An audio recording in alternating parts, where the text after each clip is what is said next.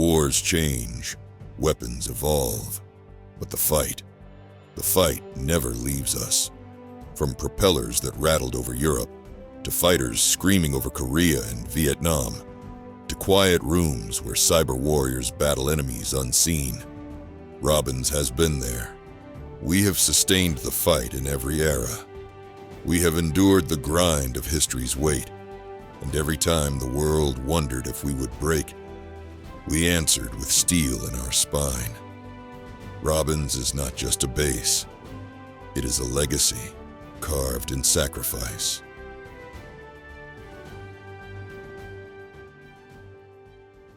The moment in Air Force history that stands out the most to me is Korean War era. Chaplain Blaisdell and Staff Sergeant Strang were resourcing and supporting local Korean orphanages. At the time, opposition forces had been coming in to take over Seoul, and so the chaplain and his assistant arranged for several airlifts to a local and safer island to move about 1,000 children to safety. The era that came to mind before coming in today was the air war over Serbia in the late 1990s, where the Air Force by itself won a war. I would say what moment in Air Force history and/or era stands out to me the most would be the Korean War era. I sort of have a family connection to that. I had a grandfather that served in the Air Force during that time. He was a fighter pilot. Plus, that was an interesting time with aviation. A lot of new developments and airplanes were being made. So I just find that very cool and very fascinating piece of our history. The moment that stands out to me the most in Air Force history would be our identity, our birth date, which is 1947. I think that says a lot and speaks to our own independence as a service, breaking away from another service to our own service, and having our identity stands out to me the most. I would say the era that stands out the most to me is World War II, mainly because America's ability to unite together and achieve what others thought was the impossible. When I think of a moment in history for the U.S. Air Force, something that sticks out to me would be the Berlin airlift.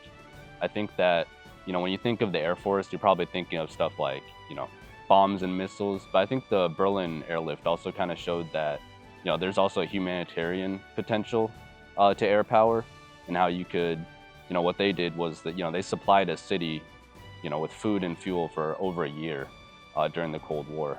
So I think it kind of just showcased just the soft power and potential that the Air Force has, especially, as a new branch that was, independent from the Army at this point. The moment in Air Force history that really stands out to me is during World War II, when they started having female pilots do cargo shipments overseas. I think to me, the big thing about that is that women were getting a chance to prove themselves. When I think about the Air Force history, it takes me back to a time in my life when I first joined the Air Force, or the Georgia Air National Guard. It was back in October 2002.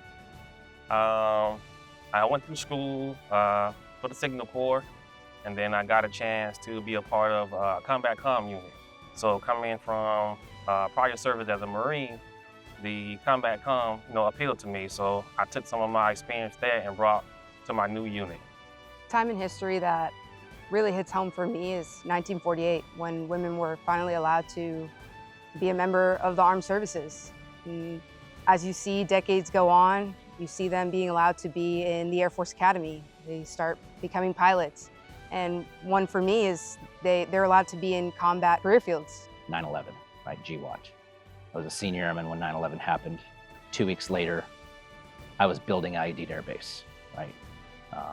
I met a few of our operators that went forward from there, and really got to see what airmen were capable of, right?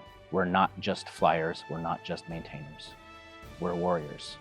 Our airmen go out and we fight wars. It's not just pilots fighting wars. All airmen fight wars.